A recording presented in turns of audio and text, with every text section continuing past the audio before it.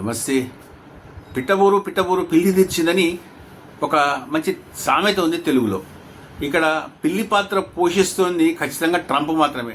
ట్రంపే చక్కగా తిని కూర్చోక టారిఫ్స్ అనే ఒక పనికిరాని చెత్తబుట్ట నెత్తి మీదకి ఎత్తుకొని ప్రపంచం మొత్తమంతటి చేత కూడా తను చెడ్డవాడిగా ఒక చిత్రీకరింపజేసుకొని అతను సాధించేది లాస్ట్కి సున్నా.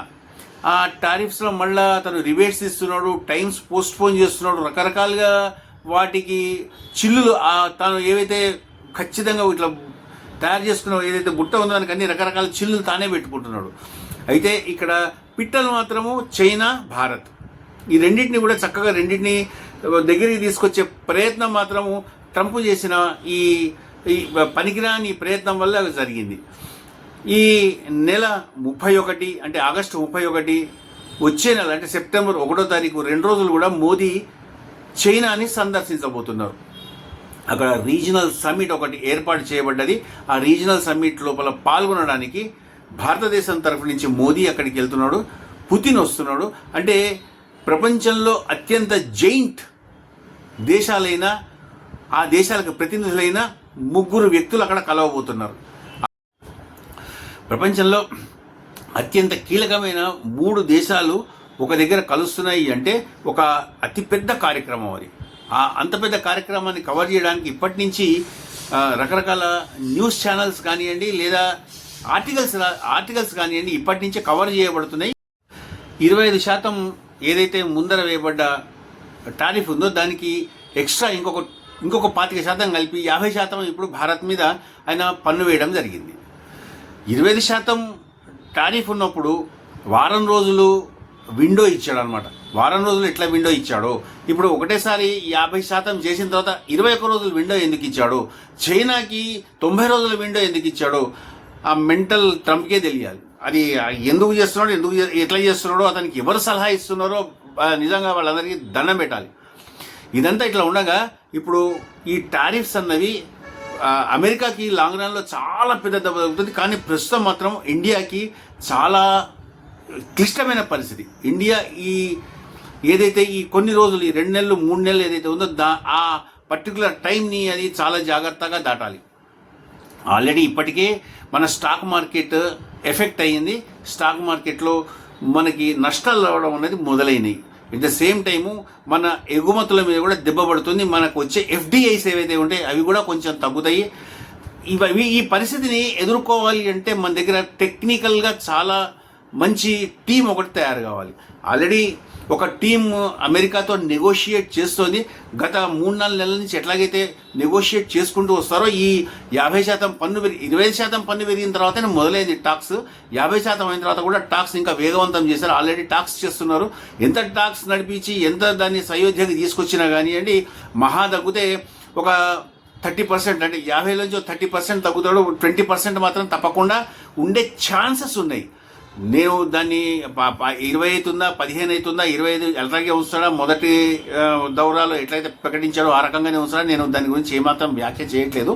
నేను నా అంచనా మాత్రమే చెప్తున్నాను. ఎందుకంటే ఫైనాన్స్ అన్నది చాలా క్లిష్టమైన విషయం. అది అంత ఈజీగా ఎవరు పడితే వాళ్ళు ఏ రకంగా ఏదో యూట్యూబ్లో కూర్చొని మాట్లాడడం అంత ఈజీ కాదు. తప్పకుండా అది మెడకేసే కాలికేసే మెడకో తప్పకుండా చుట్టుకుంటుంది. అంత క్లిష్టమైన ఒక వ్యవస్థ అది. ఎంతో ఎక్స్పీరియన్స్డ్ పర్సన్స్ ఉన్న మన్మోహన్ సింగ్ లాంటి మన పూర్వ ప్రధానమంత్రులే అంతకుముందు ఫైనాన్స్ మినిస్టర్లా ఉన్నప్పుడు ఎంతో మంచిగా పనిచేసినా తను PM అయిన తర్వాత మాత్రం ఆయన ఫెయిల్ అవ్వడం జరిగింది. ఫైనాన్స్ విషయంలో చిదంబరం లాంటి వాళ్ళని పెట్టుకున్నా కానీ ఫెయిల్ అవ్వడం జరిగింది. ఇప్పుడు కూడా మోదీ టీం ఏదైతే ఉందో టీం ఏ రకంగా వ్యవహరిస్తుంది, ఏ రకంగా దాని నుంచి బయటికి భారతదేశాన్ని పడేస్తుంది అన్నది మనకి ఒక చాలా క్లిష్టమైన పరిస్థితి, ఒక పెద్ద క్వశ్చన్ లాగా మాత్రం ఉంటుంది. అయితే మన దిగుమతుల మీద అమెరికా 50% వేసింది పన్నులు. 50% అంటే అతిపెద్ద భారం. మన ఎగుమతిదారులు ఎవరైతే ఉంటారో వాళ్ళందరూ కూడా పునారిల్లిపోతారు, మొత్తం అంతా స్తబ్దైపోతారు, ఎందుకు పనికిరాకుండా పోతారు. ఆ రకంగా అయిపోతుంది. ట్రంప్కి కావాల్సిందల్లా ఏంటి అంటే అతని వ్యవసాయ ఉత్పత్తులు కానివ్వండి, పాల ఉత్పత్తులు కానీ ఏ రకంగా అయినా సరే భారతదేశంలో ప్రవేశపెట్టడం. అది అతను ఏ రకంగా చేసి చూద్దాం, ఏ రకంగానే చేసి చూద్దామని చూస్తున్నాడు. Modi no nothing of the sort, ఇది మాత్రం ఇక్కడికి రావడానికి వీలేదు అని చెప్తున్నాడు. ఎందుకంటే మనం ముందరే చెప్పుకున్నాము, పాల ఉత్పత్తులు మాంసాహారానికి చెందిన పాలు, తర్వాత వ్యవసాయ ఉత్పత్తులు అన్నీ కూడా మోన్సాంటో ఉత్పత్తులు. ఈ రెండు కూడా భారతదేశపు ఆర్థిక వ్యవస్థని విపరీతంగా దెబ్బతీస్తాయి, భారతదేశ ఆస్తిక విధానాన్ని కూడా దెబ్బతీస్తాయి. అందుకని వాటిని ఇక్కడ భారతదేశంలో ప్రవేశపెట్టేందుకు ఎంత మాత్రము వీలు లేదు. మరి మన ఎగుమతులని ఏ రకంగా మనము చేయగలగాలి, ఏ రకంగా చేస్తాము? ఇమీడియట్గా మనం వేరే మార్కెట్ని అంటే 20,000 కోట్ల రూపాయల ఆర్థిక సంస్కరణని సెంట్రల్ గవర్నమెంట్ మోదీ ప్రకటించినా కానివ్వండి, అంతవరకు ఎట్లాగా ఇమీడియట్గా ఏమైనా చేయాలి అంటే మనకు కనిపిస్తున్న ధరలు ఏమైనా ఉన్నాయి అంటే మనం అమెరికాతో నెగోషియేట్ చేయడం ఒకటి. రెండవది, మన దగ్గర నుంచి సౌదీ అరేబియా కానివ్వండి, ఆఫ్ఘనిస్తాన్ అక్కడ 15% ఉంది, ఆఫ్ఘనిస్తాన్ కానీ 15% ఉంది. కాబట్టి మన దగ్గర నుంచి సరుకులన్నీ అక్కడికి పంపించి అక్కడి నుంచి ఎగుమతి చేయాలి. ఆ రకంగా పంపినా కానీ ఎంత లేదన్నా వారం రోజులు 10 రోజులు తప్పకుండా లేట్ అవుతుంది. పెరిషబుల్స్ ఏవైతే ఉంటాయో అవన్నీ కూడా దెబ్బతింటాయి. వాటిని అన్నింటినీ కాకుండా ఇవన్నీ జాగ్రత్తగా చేయవలసి వస్తుంది. ఎంత తెలియగలడు ట్రంప్ అంటే. అసలు యాక్చువల్గా ట్రంప్ చేస్తున్నది ఏంటంటే, ఒక ప్రైవేట్ కంపెనీని ఎట్లా నడుపుతారో దేశాన్ని ఆ రకంగా నడపడానికి ట్రై చేస్తున్నాడు. ప్రైవేట్ కంపెనీకి ఒక CEO ఉంటాడు, మేనేజింగ్ డైరెక్టర్ ఉంటాడు, దేశానికి అధ్యక్షుడు, ప్రధానమంత్రి, లేకపోతే ఒక జనరల్ సెక్రటరీ ఎవరో ఒకళ్ళు ఆ దేశానికి తగ్గట్టుగా ఒకళ్ళ నియమితులై ఉంటారు. ఇతను ఆ దేశాధ్యక్షుడిగా అక్కడ ఎన్నిక కాబడ్డా దాన్ని ఒక CEO లాగా దాన్ని నడుపుదామని ట్రై చేస్తున్నాడు అనమాట. అంటే ఒక వ్యాపారవేత్త, 100% వ్యాపారవేత్తలాగా దాన్ని నడుపుదామని చూస్తున్నాడు. అది దేశపు పరిస్థితులకి ఎంత మాత్రము సరిపోదు. అది అసలు సూట్ కాదు. అది ప్రైవేట్ కంపెనీ వేరు, దేశం వేరు, రెండింటినీ కలిపి జమిలీ చేసి నడపడం అనేది కుదరదు.